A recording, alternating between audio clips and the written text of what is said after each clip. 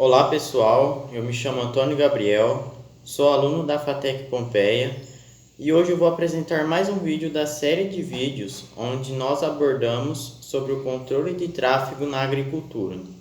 No vídeo de hoje vou apresentar algumas tecnologias utilizadas no controle de tráfego. Essa série de vídeos é um trabalho da disciplina de Laboratório de Posicionamento por Satélite, ministrada pelo professor Fernando. Bom, eu vou estar começando a falar um pouquinho sobre o sistema GNSS e o sistema GPS. Uma informação importante aqui para a gente apresentar é que o sistema GPS foi projetado para uso em aplicações militares para a Marinha e a Aeronáutica dos Estados Unidos.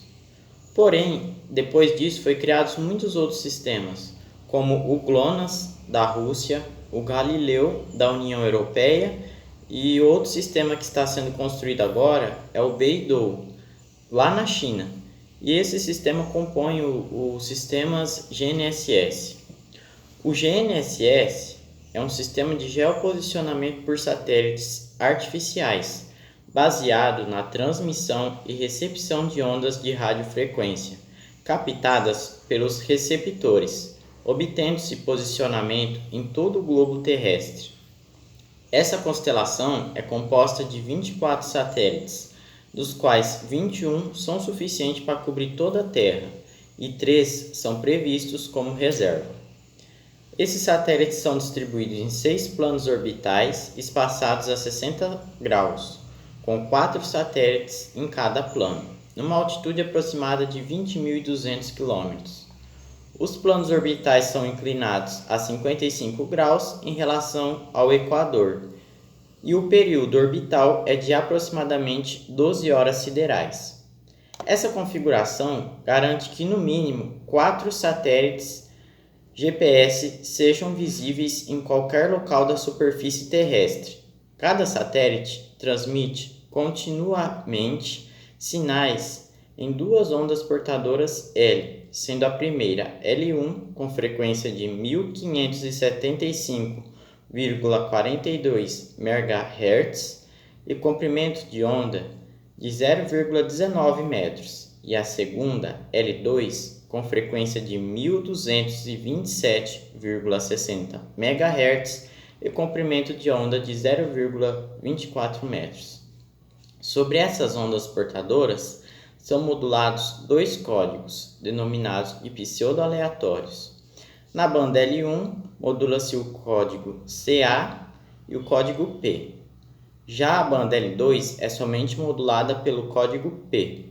Esses sinais correspondem, respectivamente, ao Standard Position Service, SPS, e ao PPS, sendo o último prioritário para o Serviço Militar dos Estados Unidos. Um receptor GNSS é capaz de fornecer o tempo, a posição e a velocidade, com rapidez e com graus de exatidão, que dependem de aspectos construtivos e de configuração, em qualquer instante e local aberto. Quando se deseja grande exatidão, é necessário dispor de algum sistema auxiliar, gerador de sinal, ao qual se denomina de correção diferencial. Os receptores L1 e L2, por sua vez, são destinados a aplicações mais nobres. Na agricultura, são utilizados a correção diferencial como o uso do RTK. Tem sido usado no sistema de direção automática das máquinas agrícolas. Nesse caso, o valor de aquisição de um receptor desses é da ordem de 20 a 40 vezes o valor de um receptor de navegação comum. E deve-se considerar a disponibilidade de um segundo receptor, próximo, com a comunicação via rádio para correção e redução de erros de posicionamento, oferecendo exatidão da ordem de 2 a 3 centímetros. Um fato que apenas recentemente adquiriu importância são os receptores GNSS propriamente ditos, que possuem capacidade para sintonizar e receber dados de mais do que uma constelação ao mesmo tempo.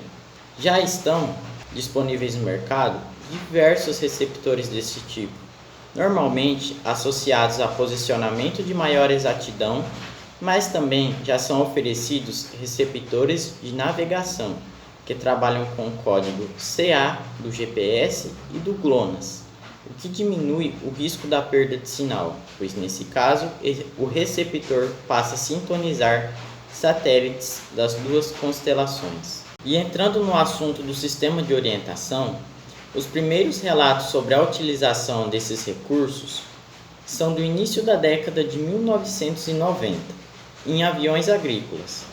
Um dos primeiros produtos a surgir no mercado foi a barra de luz, que permitia a orientação do piloto para cumprir as passadas paralelas apenas se guiando por uma sequência de LEDs enfileirados em um pequeno painel conectado ao receptor GNSS. E as luzes acendem na medida em que a aeronave se afasta do alinhamento pré-determinado, induzindo o piloto a reagir e manter o avião na rota. Esse alinhamento é gerado pelo piloto na primeira passada e as demais são sempre paralelas à primeira e afastadas da distância equivalente à largura de uma faixa de aplicação, também definida pelo piloto antes do início da tarefa. Esta solução se popularizou na aviação agrícola, chegando no Brasil por volta do ano de 1995. Pelo fato de seus benefícios na aviação agrícola serem incontestáveis, até então o piloto era totalmente dependente de dois sinalizadores, que se posicionavam nas cabeceiras da lavoura e se deslocavam em distâncias equivalentes à largura da faixa de aplicação. O avião somente poderia voar naquele talhão, portanto, ele não poderia entrar em outro talhão, a não ser que teria dois bandeirinhas, para estar auxiliando ele. Naquela época, o sinal GPS para o uso civil continha a degradação da disponibilidade seletiva e a exatidão oferecida era muito baixa para aplicações dessa natureza, sendo necessário o uso de alguma forma de correção diferencial. Os receptores utilizados na época eram GPS da banda L1 e a correção disponível era com o uso de uma estação fixa e um link de rádio entre este e o receptor do avião. Os pilotos que adotavam a barra de luz tinham que dispor da sua própria estação fixa, que na verdade não era fixa, já que era levada a cada local de trabalho. Em 1997, surgiu a primeira solução SBAS para correção diferencial em receptores L1 no Brasil, onde o mercado de barra de luzes despertou, pois a qualidade de paralelismo era incontestável, da ordem de meio metro com probabilidade de 50%, 1 metro com 68% e 2 metros com 95% de probabilidade, enquanto nas operações sem o uso da tecnologia, o erro de paralelismo ficava por volta de 2,9 a 5,5 metros. Entre o final da década de 1990 e o início da década de 2000, toda a frota brasileira de aviões já estava equipada com sistema de orientação por barras de luzes. A barra de luz foi implantada nos equipamentos terrestres inicialmente em pulverizadores autopropelidos, onde o funcionamento era semelhante ao do avião, onde o operador definia a largura de trabalho e a barra de luz orientava o operador. As barras de luzes evoluíram para outras formas de visualização, com a popularização das telas de cristal líquido e, posteriormente, das telas sensíveis ao toque. Com isso, o operador, ao chegar no talhão, criava os pontos A e B, definia a largura de operação e as linhas eram geradas paralelamente à direita e à esquerda, criando os caminhos onde a máquina deveria percorrer. No início da década de 2000, surgiram as soluções para percursos curvos, o que exigia mais atenção dos operadores aos indicadores visuais. Assim, as telas indicando percursos no formato de estrada virtual, digamos assim, surgiram, facilitando o operador a visualização e a previsão para reagir e exterçar corretamente o veículo. Mesmo assim, os fabricantes tendem a manter o indicador tipo barras de luzes na parte superior ou inferior da tela, para aqueles usuários que preferem este tipo de indicador visual. já que é um grande problema o operador conseguir manter a máquina nesse alinhamento. Falando um pouco sobre o piloto automático, o piloto automático é a evolução do sistema de barra de luzes, com suas funcionalidades semelhantes. Basta o operador criar uma linha de referência, definindo o espaçamento entre as passadas, que o software do equipamento replica infinitas passadas à direita e à esquerda da linha de referência. O posicionamento é corrigido automaticamente por atuadores no volante ou diretamente no rodado. As primeiras soluções comerciais de sistema de direção automática ocorreram no início da década de 2000, com o controle eletrohidráulico no sistema de direção da máquina. O sinal proveniente de um computador, que integra vários outros sinais, é emitido diretamente às válvulas da direção hidráulica da máquina, que esterça automaticamente. Em meados da mesma época, surgiram soluções mais simples de atuadores elétricos diretamente no volante ou na coluna de direção do veículo. Esses, embora mais simples e mais baratos, não se sobrepuseram àqueles eletrohidráulicos, por não apresentarem a mesma exatidão, especialmente em operações em que essa qualidade é uma exigência ou uma condição. O atuador elétrico tem limitações quanto à resolução oferecida, exige maior tempo de resposta e incorpora as possíveis folgas de volantes existentes na máquina. O componente de uma direção hidráulica automática de controle eletrohidráulico se define por o computador, também chamado de monitor, o receptor GNSS, o sensor de angulação de esterçamento, que fica localizado na roda, o sensor inercial, que notifica oscilações e também faz a compensação da inclinação vertical, e o atuador eletrohidráulico da direção. Os componentes de um sistema de direção automática de controle elétrico são basicamente a simplificação dos componentes do controle eletrohidráulico e a substituição do atuador eletrohidráulico por um atuador do tipo motor elétrico, que faz girar o volante ou diretamente a coluna de direção. Porém, este sistema está sujeito a folgas do conjunto e requer maior tempo de resposta para as correções de direcionamento. No entanto, são mais baratos e podem ser acoplados a qualquer máquina agrícola. Além desta diferenciação, em termos de atuador, o receptor GNSS é outro componente de grande importância no estabelecimento da qualidade do sistema e do seu valor de aquisição.